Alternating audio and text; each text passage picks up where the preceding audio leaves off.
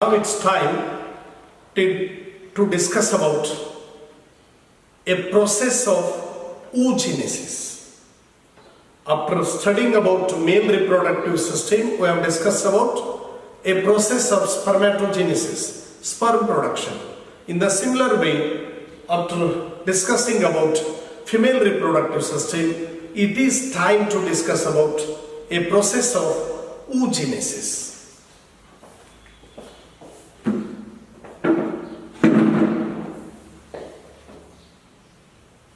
A process of oogenesis.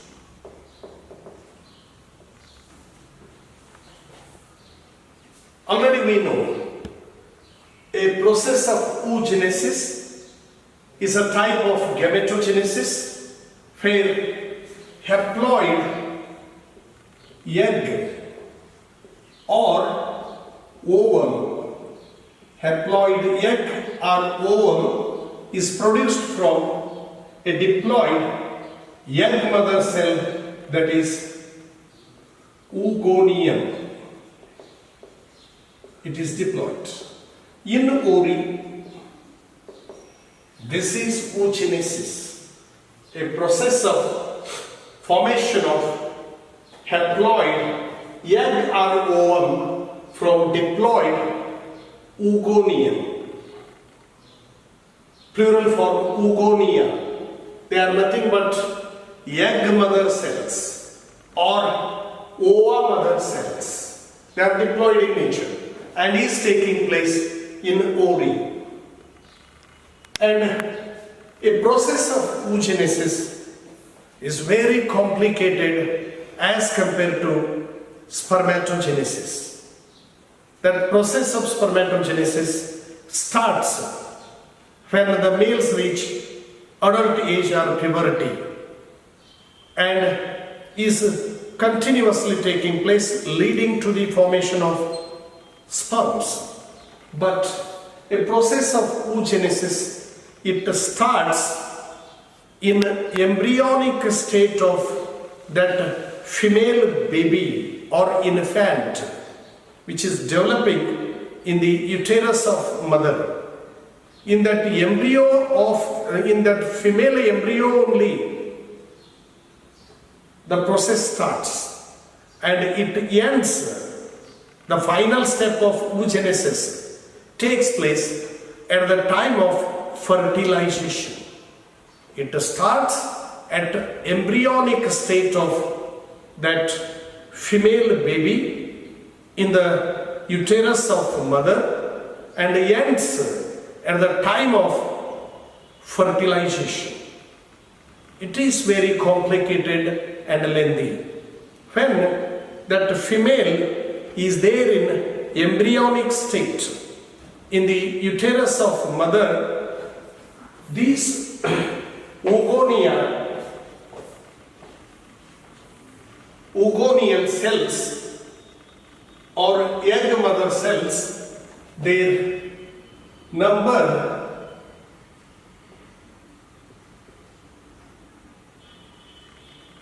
get increase by mitosis, and this number reaches a couple of millions of cells, because repeated mitotic division, this number reaches a couple of million cells are formed.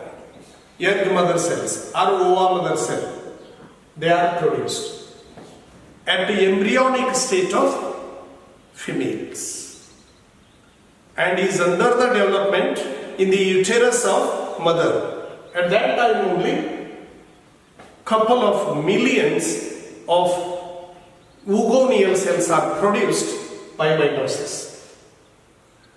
And remember, only these oogonial cells undergo repeated mitosis and their number increase only in the embryonic state of that female. Once the female baby is born, after birth, the number of these oogonial cells never increase. The number never increase after the birth as well. That a birth of female baby now, in its ovary, there would be no increase in the number. But already, when that female baby was there in the embryonic state, couple of millions of oogonial cells are formed. And let me take one such oogonial cells. Their number is around a couple of million of oogonial cells. It is diploid.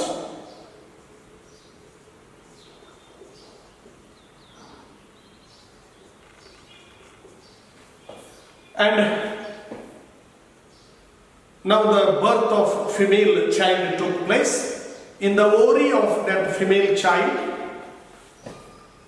in this oogonial cell, meiosis first starts. Meiosis first starts and ends at prophase first.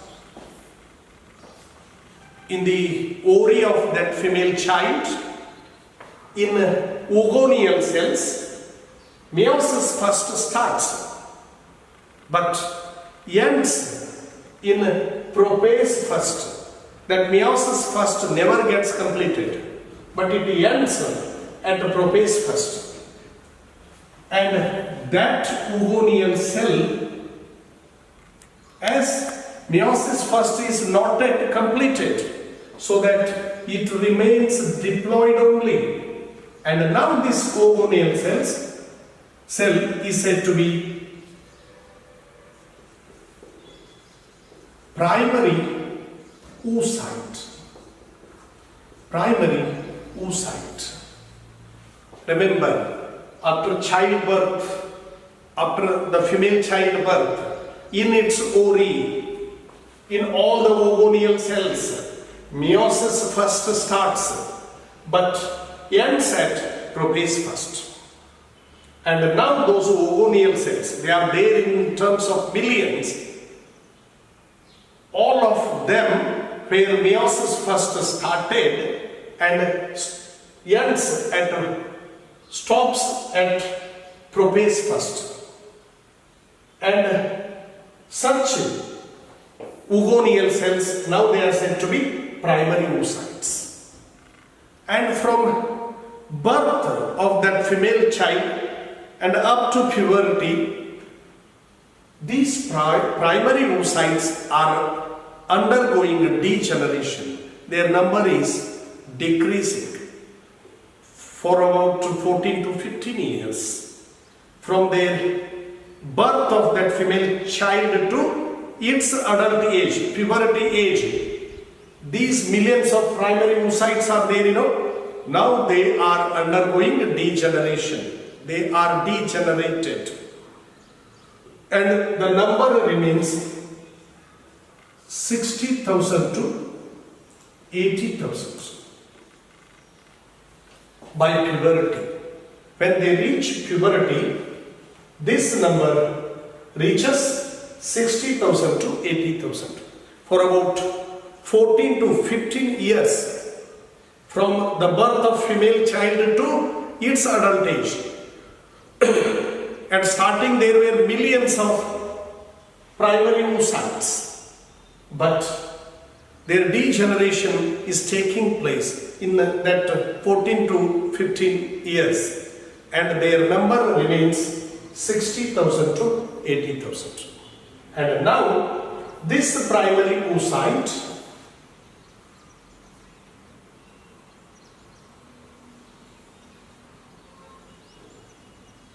is covered by a layer of membrana granulosa.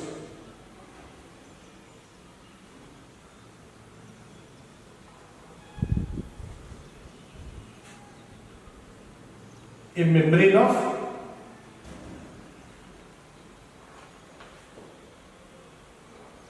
this layer of cells is named as membrana granulosa. And now this is said to be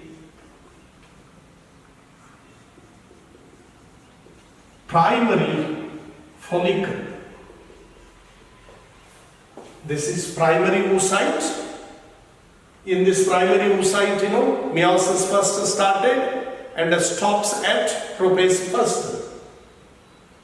And up to puberty age, 60,000 to 80,000, these primary oocytes are there.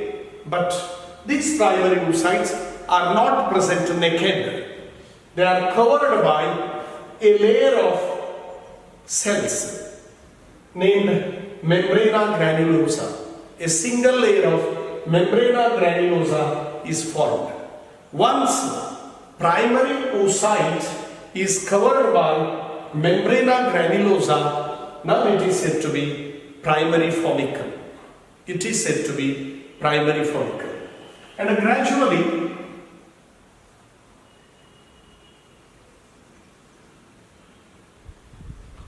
this primary oocyte is covered by many layers of membrana granulosa.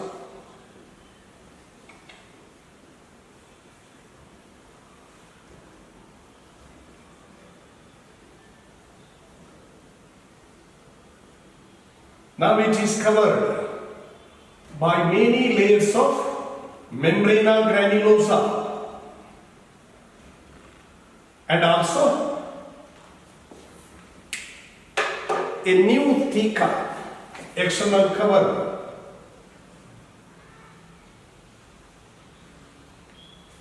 Now it is said to be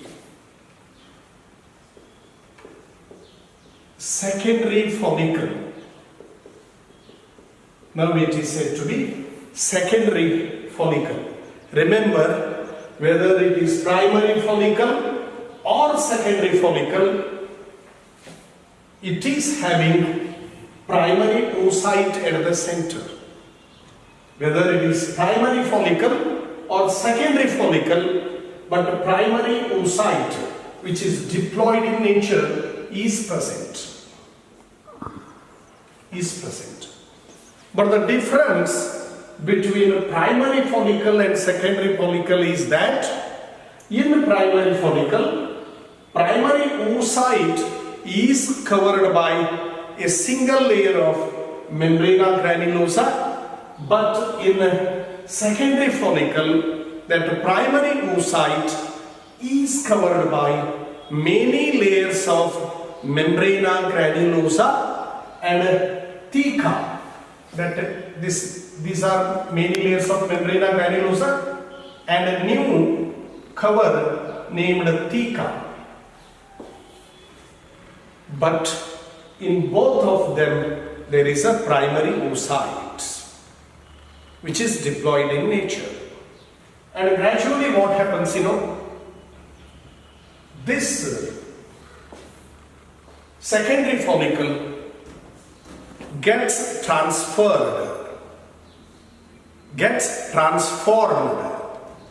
into tertiary follicle. That tertiary follicle is characterized by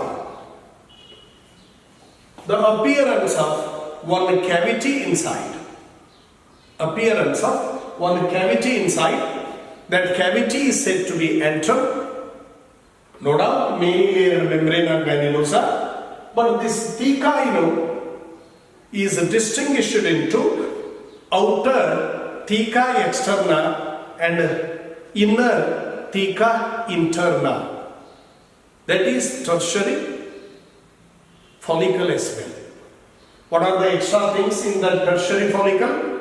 Appearance of a cavity named antrum, and this theca is distinguished into external theca externa and internal theca interna. Its structure is like this. This is primary oocyte at the time of the transformation of tertiary follicle, and it is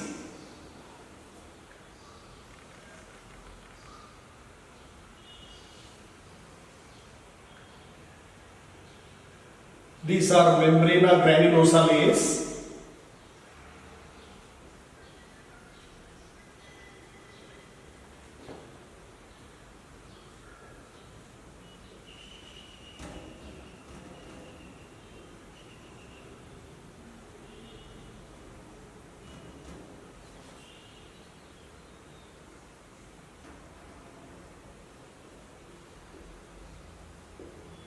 In addition to that,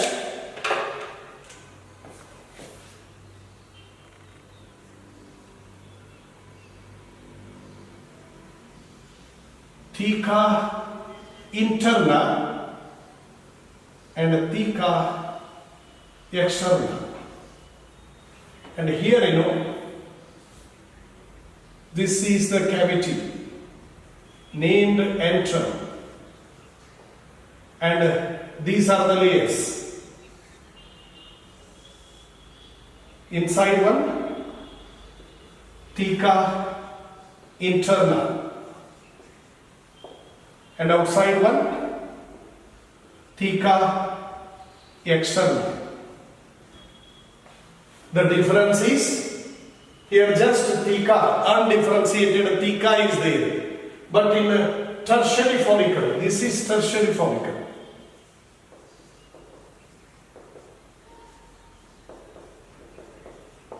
In this tertiary follicle, the theca is distinguished into outer theca externa and inner theca interna, and one fluid filled cavity is there, that is named as antrum. This is tertiary follicle. Once the tertiary follicle is formed, that primary oocyte present inside, what it does is, meiosis first gets completed.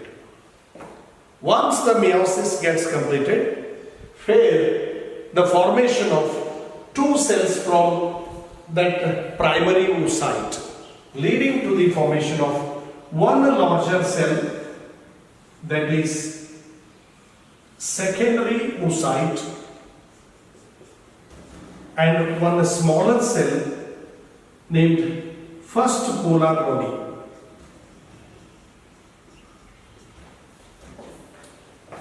This meiosis first gets completed.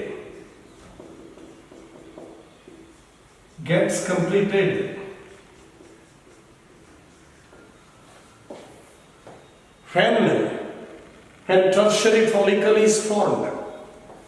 In primary follicle, primary oocyte is there. In secondary follicle, primary oocyte is there. But once tertiary follicle is formed, that primary oocyte,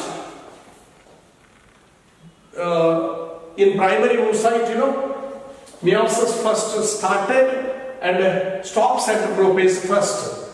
But in tertiary follicle, that meiosis first continues and gets ended, is completed. Once it gets completed, it becomes secondary oocyte. As meiosis first is completed, the secondary oocyte must be haploid, and two cells are formed. One is first polar body and another is secondary oocyte. This first polar body is also haploid. But the difference in these two cells only in their size, unequal in size. But as far as nuclear division is concerned, it is normal nuclear division, so that they do have one set of chromosomes each. But cytokinesis is unequal. That leads to the formation of one larger cell and another smaller cell as well.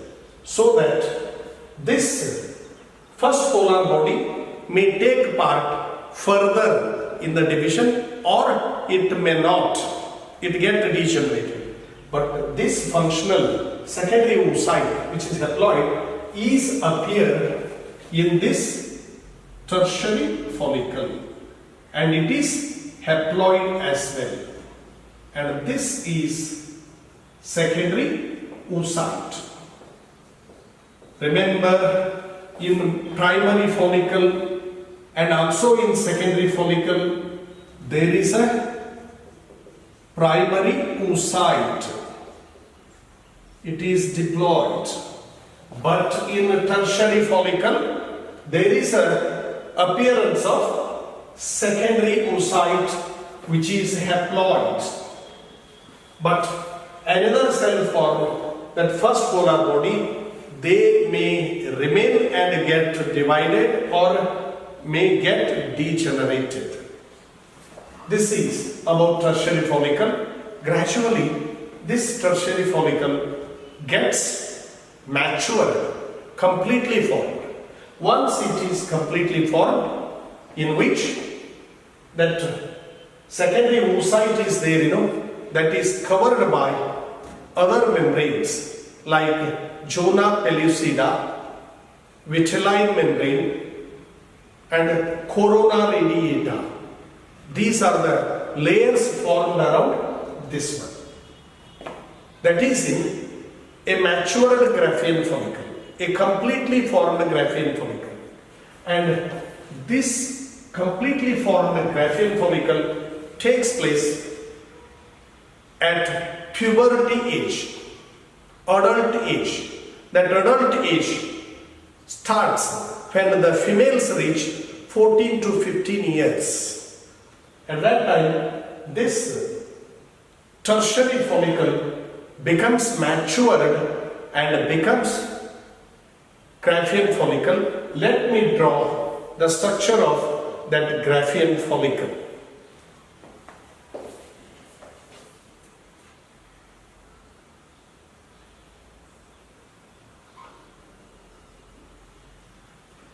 This is secondary oocyte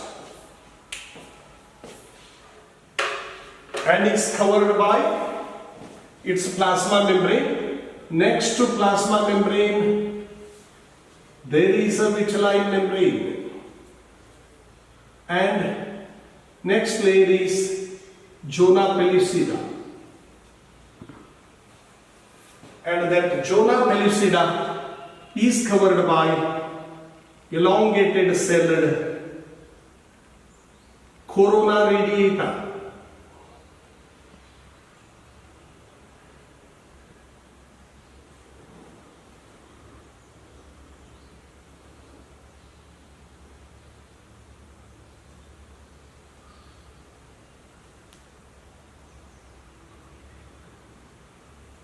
Corona radiata. That secondary oocyte, which is haploid, is covered by its own plasma membrane, then a vitelline membrane, zona pellucida, and outermost corona radiata. And this is covered by many layered membrana granulosa.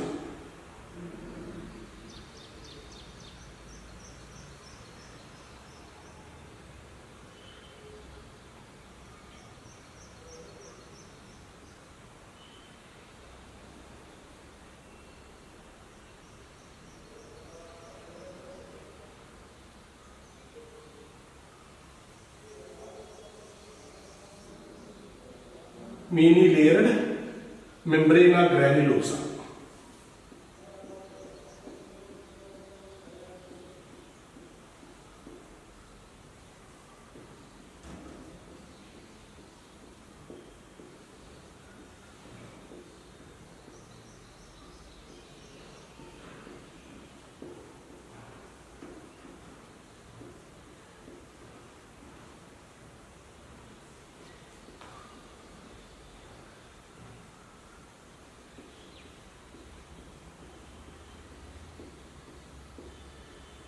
Central cavity is antrum. But that secondary oocyte, now is covered by three membranes. Vitelline membrane, zona pellucida, corona radiata, and a many layered membrana granulosa and central antrum.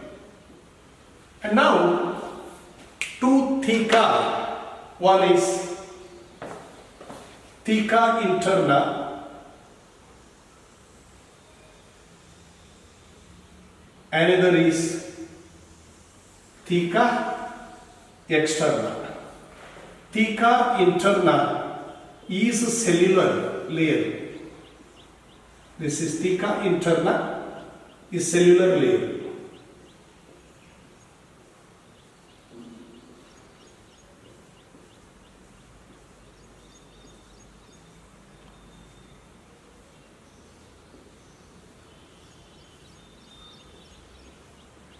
Is cellular layer, and theca externa is fibrous.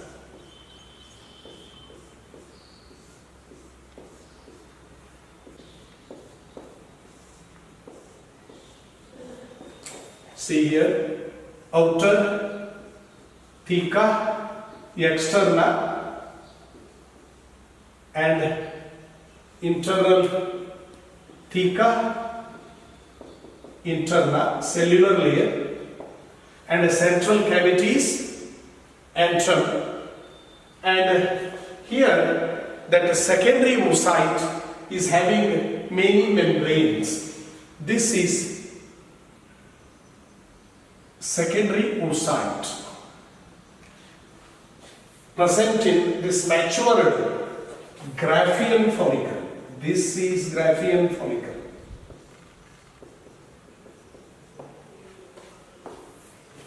This is Graafian follicle. And here the secondary oocyte is covered by external layer, corona radiata, and a cellular layer, zona pellucida, and next layer, that is vitelline membrane. Vitelline membrane. And internally, as secondary oocyte is a cell, is having its own plasma membrane. It is covered by these three additional membranes. These three are said to be additional membranes.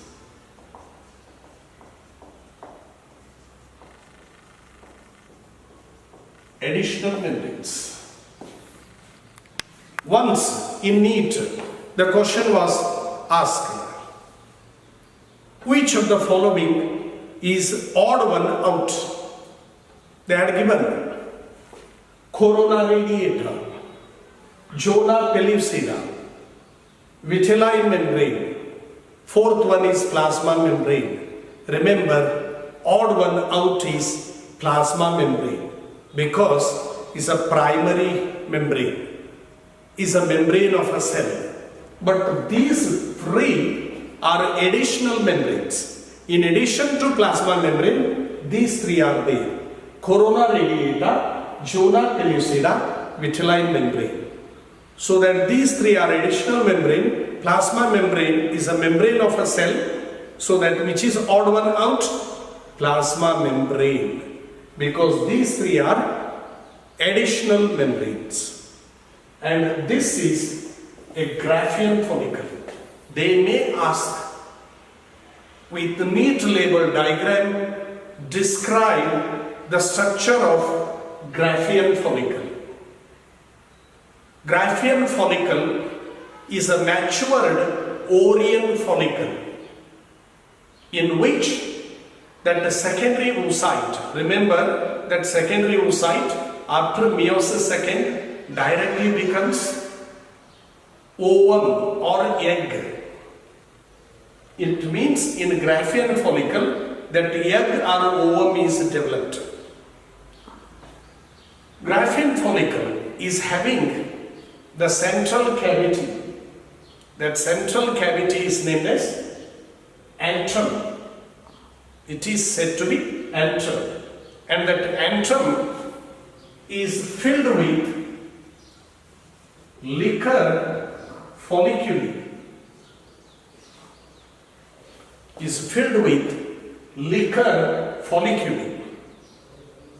And this antrum is covered by many layered membrana granulosa. This is membrana granulosa. And at one side, that secondary oocyte is placed.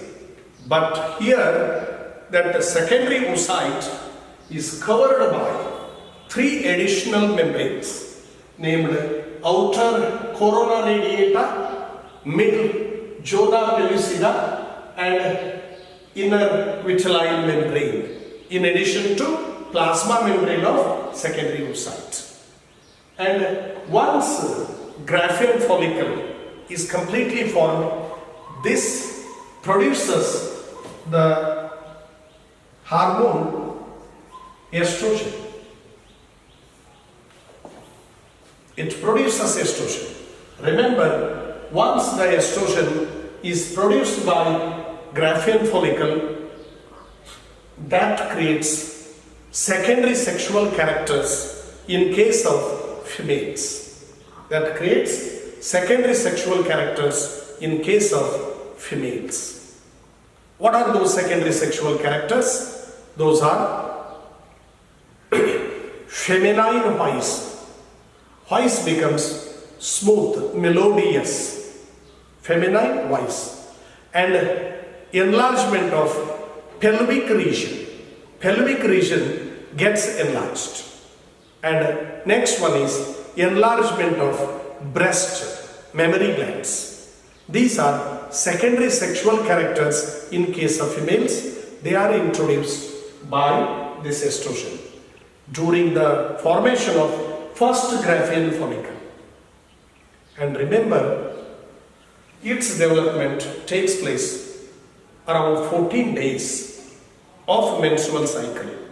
On 14th day, that secondary oocyte is released, that gets released. At that time, this Graafian follicle, it becomes corpus luteum. Becomes corpus luteum. That corpus luteum produces another female sex hormone, progesterone.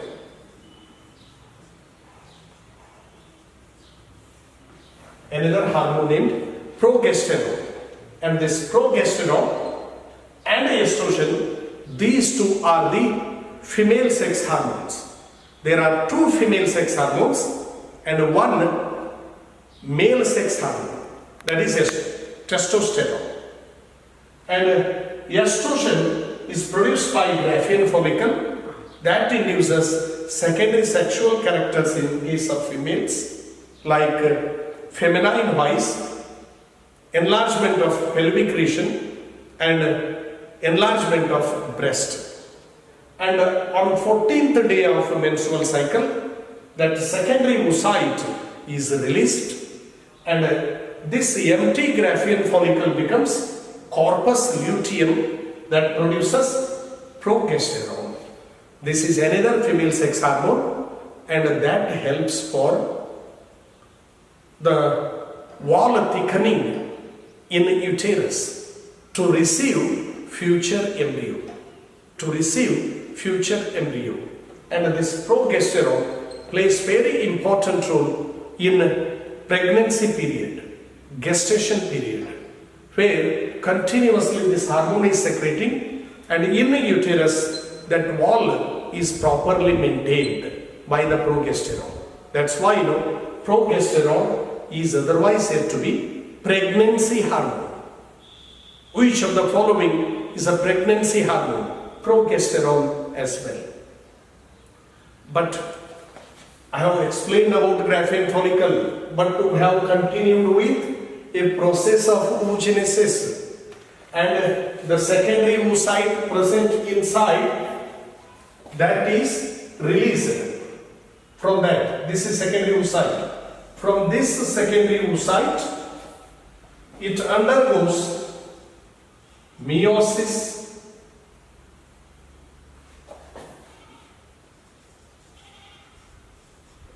second. It undergoes meiosis second, leading to the formation of haploid ootid and another cell, second polar body.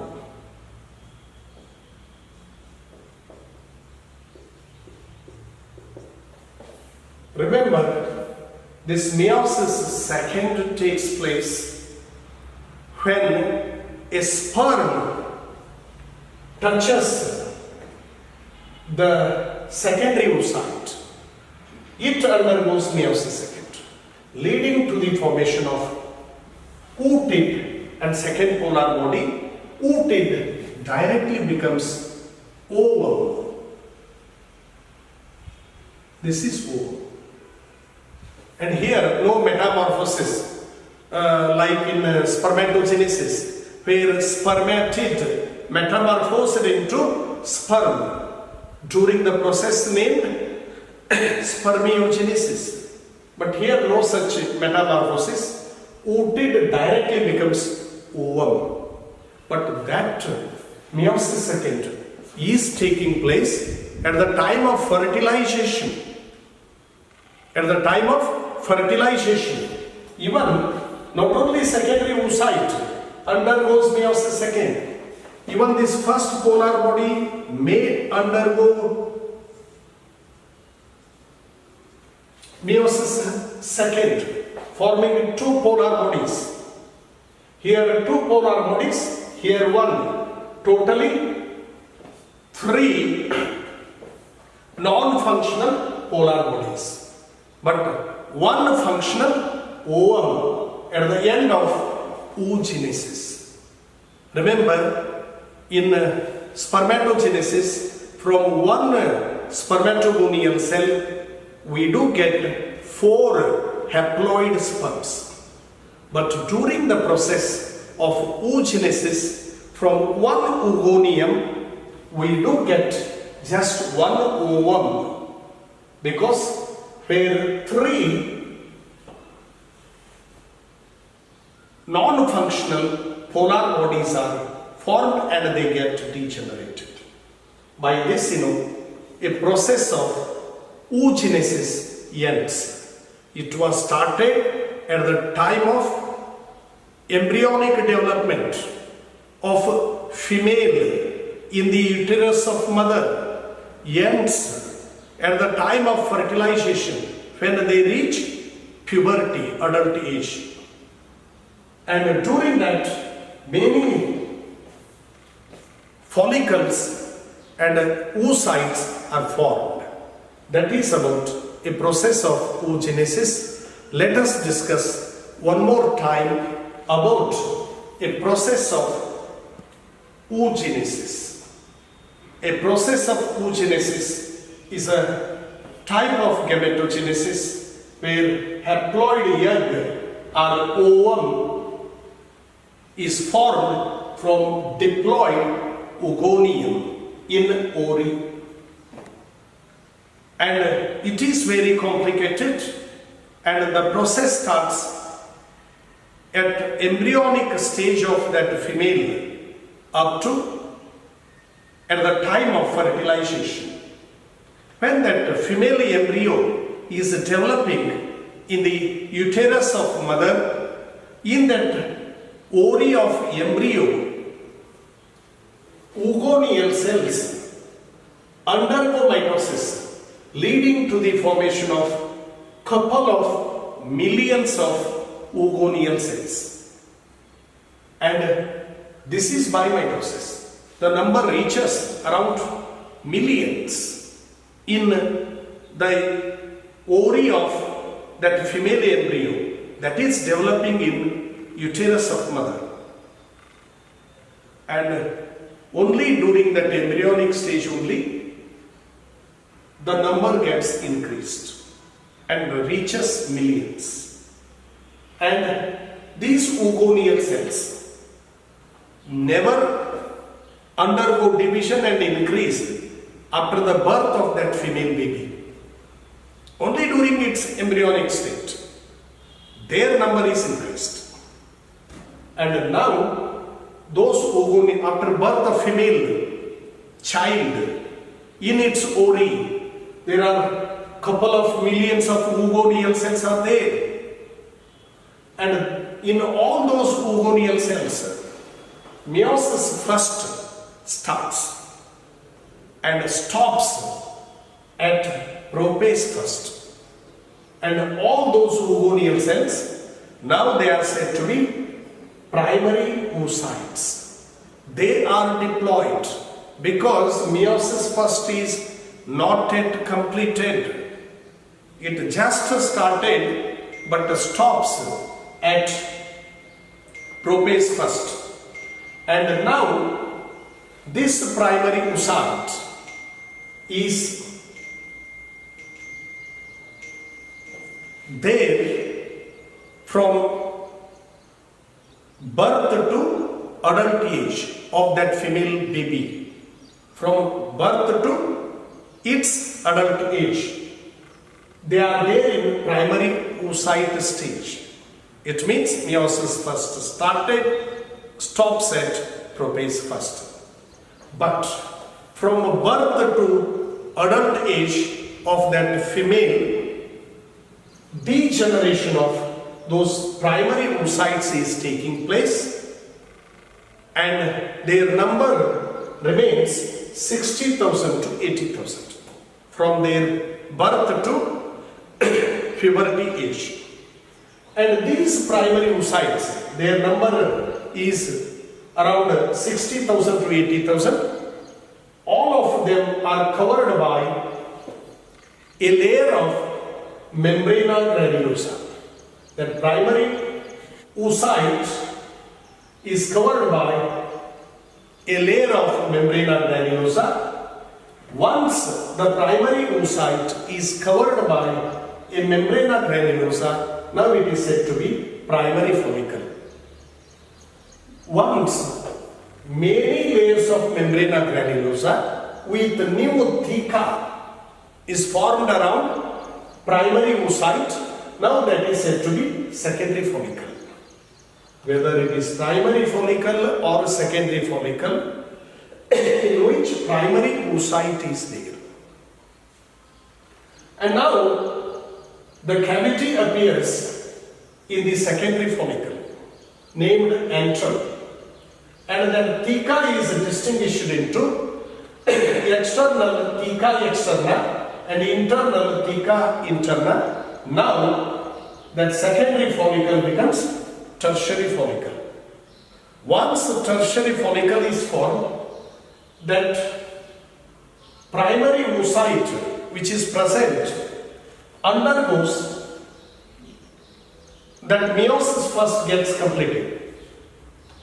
In secondary follicle, primary oocyte, first primary follicle, primary oocyte, in both the cases. But when the tertiary follicle is completely formed, that in primary oocyte, meiosis first gets completed. So that two cells are formed. One is large secondary oocyte and one smaller first polar body. Here, karyokinesis takes place normal, but unequal cytokinesis leads to one larger secondary oocyte and another first polar body. And as meiosis first is completed, that is haploid secondary oocyte. Now, in this tertiary follicle, secondary oocyte is there. Secondary oocyte. In primary and secondary follicle, primary oocyte is there. Now, this tertiary follicle gets transformed into Graafian follicle. Is transformed into Graafian follicle, and in this Graafian follicle, that secondary oocyte is covered by three additional membranes. Outer corona radiata, within zona pellucida, then vitelline membrane. And once this Graafian follicle is completely formed, it gets ruptured and that secondary oocyte is released. And once that secondary oocyte from Graafian follicle is released, it undergoes Meiosis II, so that once again unequal cytokinesis, one larger ooted and another smaller second polar body. And this ooted directly becomes oval. But this Meiosis II takes place only at the time of fertilization. Only at the time of fertilization. With this, the completion of oogenesis. Even when the secondary oocyte undergoes Meiosis II, that first polar body may also undergo Meiosis II, leading two polar bodies totally free, non-functional polar bodies are formed. Only one functional oval is a product of oogenesis. A product of oogenesis. And separately they may ask structure of Graafian follicle. I have just explained about it. Is a matured ovarian follicle in which the secondary oocyte that becomes ovum is developed. And it is having the central cavity named antrum filled with liquor folliculi. And that cavity is covered by many layered membrana granulosa, and at one side that secondary oocyte is there, but that secondary oocyte is covered by many additional membranes like corona radiata, zona pellucida, and a vitelline membrane. And once this Graafian follicle, usually it is formed at the puberty age and is completely formed on 14th day of menstrual cycle. During its development, it releases one hormone, that is estrogen. That estrogen induces secondary sexual characters in case of females, like feminine voice, hendodoni, melodious voice, and enlargement of pelvic region, and also enlargement of mammary glands or breast. And on 14th day, the release of secondary oocyte, which is named as ovulation. That is named as ovulation. Release of young or secondary oocyte from Graafian follicle. Now this empty Graafian follicle becomes corpus luteum. Corpus luteum. And that also secretes another hormone named progesterone. And that progesterone maintains the wall thickening in uterus, and it maintains the pregnancy. Hence the name progesterone is otherwise said to be pregnancy hormone. And one thing we have noticed, there are two female sex hormones, estrogen and progesterone, but there is one male sex hormone, that is testosterone. It's about the process, but we need how the division is taking place. The interesting thing is very lengthy process. Starts at embryonic state, ends at the time of fertilization. But that schematic, how oogonium undergoes mitosis, then primary oocytes undergo meiosis first, then meiosis second, giving ovum. That diagrammatic representation we have to see now. Process of oogenesis can be summarized with this scheme of division.